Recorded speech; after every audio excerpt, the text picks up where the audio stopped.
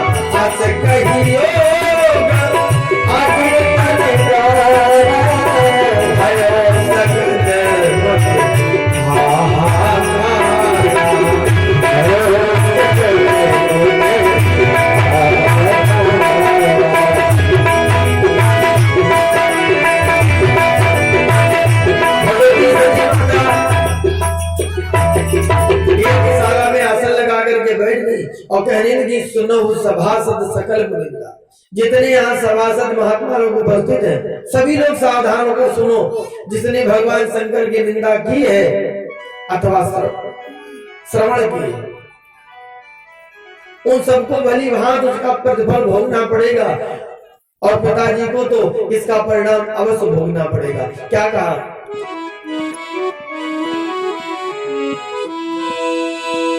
दिग्गजो दिशाओ महिदेवो हे गगन सूर साक्षी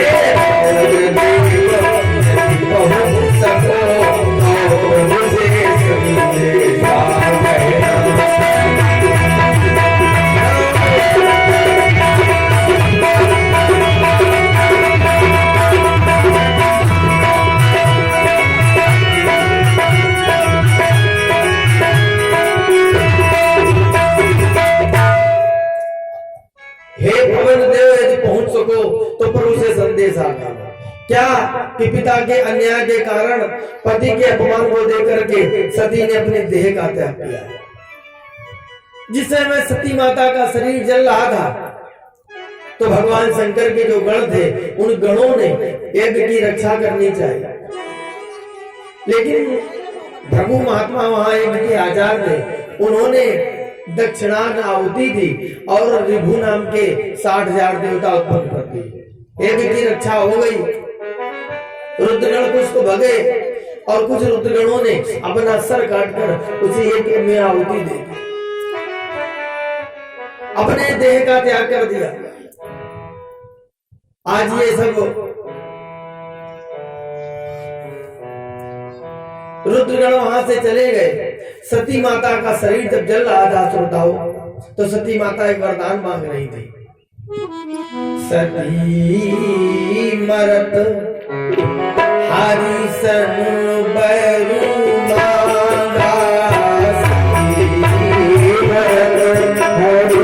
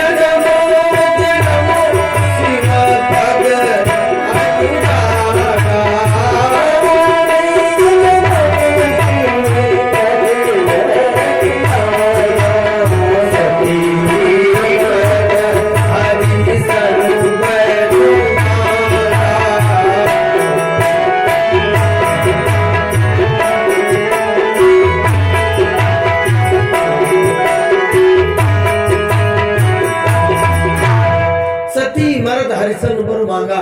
इसके कारण सती माता राजा हिमांचल के यहाँ, माता मैना के यहाँ बेटी के रूप में जन्मी।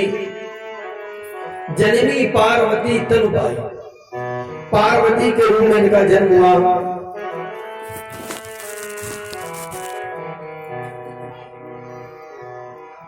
देवर्षि नारद ने इनका नामकरण किया।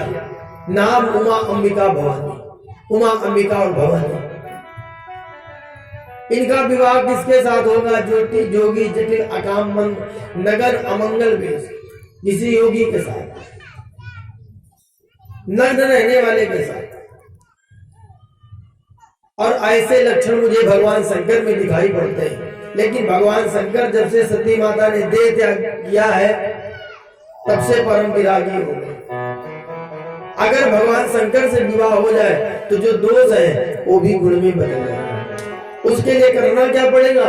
उसके लिए आपकी बेटी को तपस्या करनी पड़ेगी। जो तप करई कुंवारी तुम्हारी, तो भावी मेट सकई त्रिपुरारी। अगर आपकी बेटी तपस्या करे और भगवान शंकर पति के रूप में मिल जाए, तो ये दोष खत्म हो जाए। भाभी भी भगवान शंकर मेट दिया करते हैं। भाभी मेट सकई त्रिपुरारी। पार्वती जी ने कैलाश पर्वत पर घनघोर तपस्या करी और पति के रूप में भगवान शंकर को प्राप्त किया। ये भागवत जी में विवाह की संक्षिप्त कथा थी। इस कथा को सुनने का फल बताया। कहते हैं इदम पवित्रम परमीश चेष्टितम यशस्य मायुष्य ममोगगर वर्षण यो नित्यदाकरण नरो नुकीर्तये धुनोत्यघम कौरव भक्ति भावता। तो उसके पाप धुन जाते हैं, नष्ट हो जाते हैं। अभी तक आप लोगों ने मनु जी की बेटियों के वंश का वर्णन सुना। आगे महाराज मनु जी के दो पुत्र हैं, प्रियव्रतो तान पादौ शत्रुपा पते सुतौ वासुदेवस्य कल्याण रक्षायाम जगता स्थितौ। एक बेटे का नाम प्रियव्रत है और एक पुत्र का नाम उत्तानपाद। उत्तानपाद का तात्पर्य है समाज में जिसकी बहुत बड़ी प्रतिष्ठा है, उच्च स्थान है, वो उत्तान पाद है। और प्रिय व्रत कौन है? प्रिय माने अच्छा, व्रत माने प्रतिज्ञा। जिसने संसार में अच्छा करने की प्रतिज्ञा की है, इसलिए प्रिय व्रत है।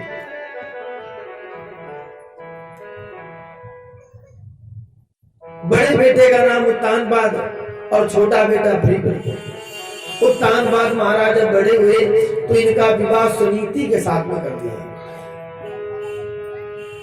और जब बहुत समय तक संतान नहीं हुई तो दूसरा विवाह राजा ने सुरुचि से किया। वैसे दो पत्नियां हम आप सबके साथ हैं।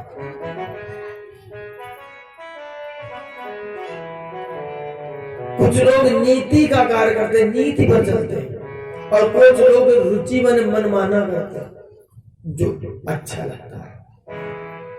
तो कारण नीति का अच्छा होता है, जो नीति संगत हो, न्याय संगत हो, वो कार्य करना चाहिए।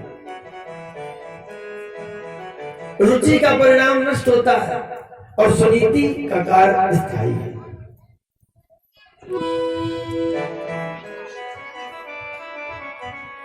सुष्टुम नीति सुनीति, उस सुंदर नीति पर चल रही है। उस देवी, उस रानी का नाम सुनीति है। तो कहा दूसरा विवाह क्यों किया? श्री शुकाचार्य बोले राजन से परिचित,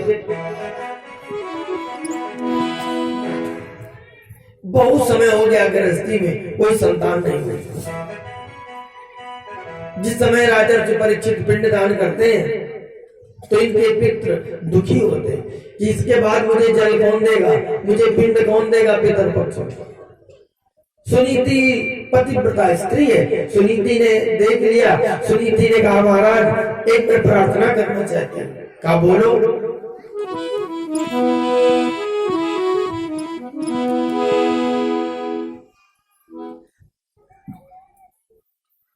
कि अब तक है हुई संतान नहीं और दुनिया सब हंसी उड़ाती है।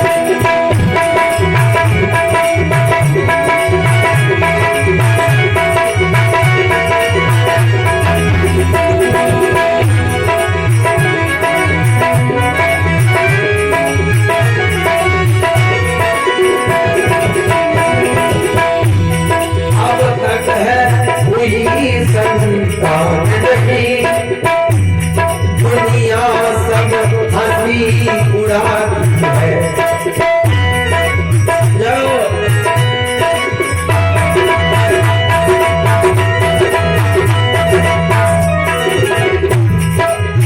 और स्वामी भी निबल कहाते हो, दासी भी बाज कहाती है।